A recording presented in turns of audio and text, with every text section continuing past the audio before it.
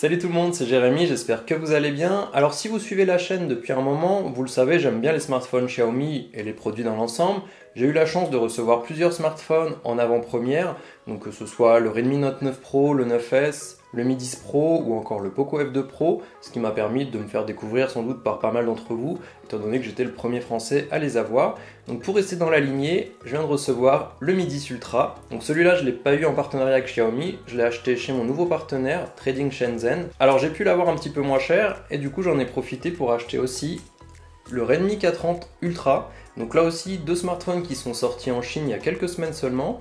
Donc du coup, cette vidéo-là, ça sera un unboxing du Mi 10 Ultra. Je ferai ensuite une vidéo qui sera plutôt dédiée peut-être à la partie batterie, partie performance, une autre vidéo sur la partie photo et vidéo, parce que c'est sur ce point-là, entre autres, que ce smartphone se différencie, et sans doute une conclusion.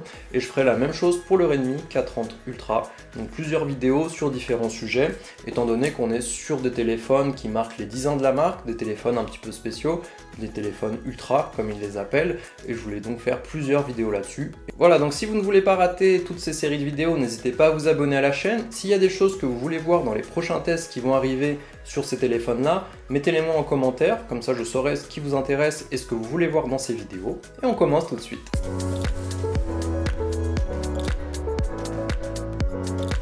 Avant de commencer le déballage du Mi 10 Ultra, je voulais juste vous dire qu'ici c'est une version chinoise, tout simplement parce que ce téléphone n'est actuellement pas prévu à l'international.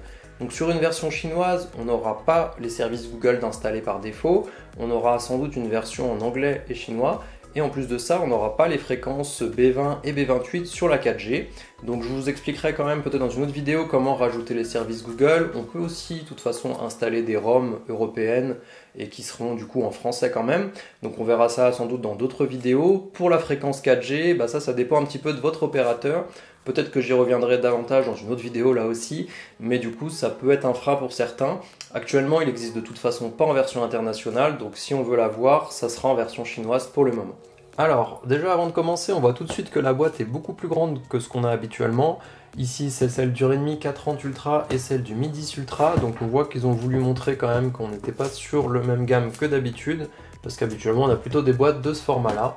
Donc là, on va s'occuper du Mi 10 Ultra. Alors juste avant de commencer, pour vous dire, avec le smartphone, j'ai reçu un adaptateur secteur pour prise européenne et un câble OTG USB-C. Donc c'est plutôt sympa de l'avoir inclus en plus à l'intérieur et le tout était très bien emballé.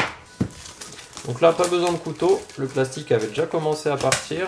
Donc comme je vous le disais juste avant, on est sur les 10 ans de la marque. Ici, il y a marqué Xiaomi Tense avec 2010-2020. Donc c'est une jolie boîte. On est sur la version 8 Go, 256 Go de stockage. Donc il y a plusieurs versions qui sont disponibles sur le site Trading Shenzhen. Donc on a la 8 Go, 128 Go, la 12 Go, 256, la 16, 512. Et les prix vont varier entre 747 et 1007 euros. Alors la version que j'ai ici, donc comme je vous l'ai dit, c'était la 8 256 qui est à 797 euros actuellement sur leur site. Ici, on a quelques mots en chinois qui disent que c'est vraiment le travail sur lequel ils sont le plus fiers, ce smartphone, le zoom, l'écran, etc. Et voici donc le smartphone. Donc la boîte est vraiment sympa. On a le 10e anniversaire encore qui apparaît ici. Donc je vais juste mettre le smartphone de côté et on va juste voir ce qui se trouve à l'intérieur de la boîte. On va avoir ici une housse de protection transparente. Là, on est sur une housse en plastique assez dure. On voit que la zone pour le capteur photo est déjà assez imposante par rapport à ce qu'on voit habituellement chez Xiaomi. On a ici un adaptateur USB-C vers jack. On n'a pas de port jack sur ce smartphone. Un petit dépliant. Donc on a ici le câble USB-C. Et on a ici le fameux chargeur 120 watts pour la charge rapide. Donc ici, on est quand même sur un chargeur qui pèse son poids. Donc on a l'impression d'être sur un chargeur plutôt fait pour un ordinateur portable. Parce qu'il est quand même assez lourd. Voilà, donc là on va passer au déballage du smartphone.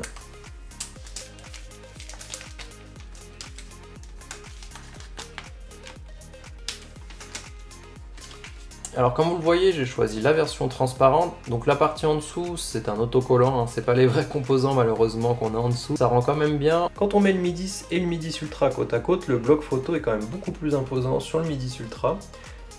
Alors, on va passer à l'allumage du téléphone. Donc, en fait, Trading Shenzhen, normalement, ce qu'ils font, c'est qu'ils préparent le téléphone à l'avance, du sorte que vous ayez déjà le Play Store d'installer. Donc là, il sera en anglais. On peut le réinitialiser complètement si on ne souhaite pas avoir ce téléphone préparé. Et du coup, avoir cette option d'avoir soi-même à installer les Google Play Store. En plus de ça, le smartphone est un des premiers à arriver avec MIUI 12 d'installer par défaut. On a bien sûr le logo 5G qui s'affiche directement. Et directement l'interface avec le super wallpaper. Je vous en avais déjà parlé sur les mises à jour MIUI 12, si jamais vous ne l'avez pas vu. Je vous refais le petit effet.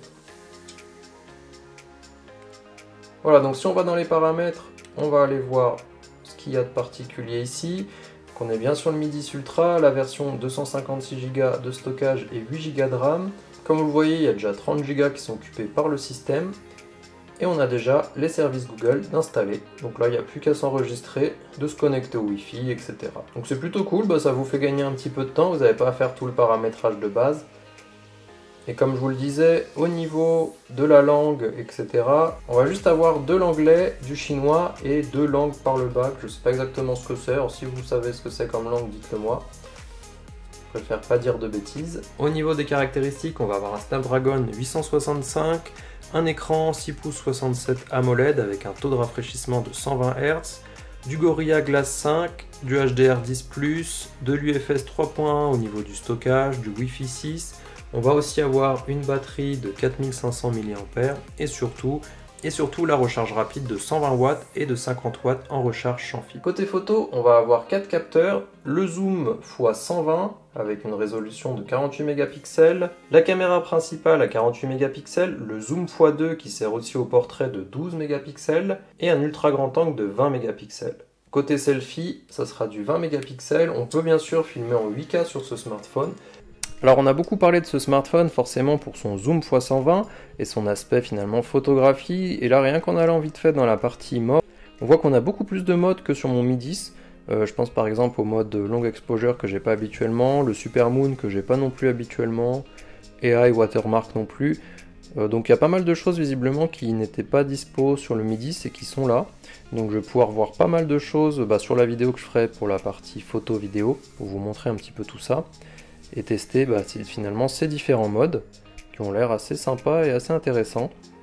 Alors un des autres points qu'on remarque aussi, c'est qu'ici on va avoir déjà une protection d'écran déjà posée sur l'écran, et on va avoir seulement par contre un seul haut-parleur sur le bas, on ne sera pas en dual speaker. Donc ça c'est dommage que sur le Mi 10 et le Mi 10 Pro on les avait, et du coup on les a perdus ici. Donc ça c'est un petit peu dommage. Vous voyez ici avec la protection incluse qui est mise en place, du coup ça permet de protéger à la fois l'écran car les rebords sortent un petit peu, et le capteur photo parce que ça vient se mettre vraiment légèrement au-dessus, et ça va aussi éviter que l'ensemble soit trop bancal. Mais ce qui est pas mal, c'est qu'avec cette version, on voit quand même les différents composants à l'arrière. Plutôt sympa.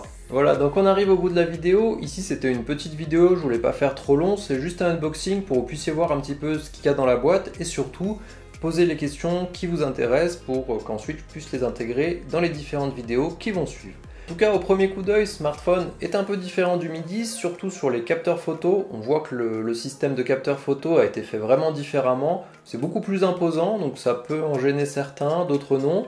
Ici, j'ai pris la version transparente qui est assez sympa. Bien entendu, c'est juste une feuille de plastique qui est posée en dessous pour faire cet effet-là.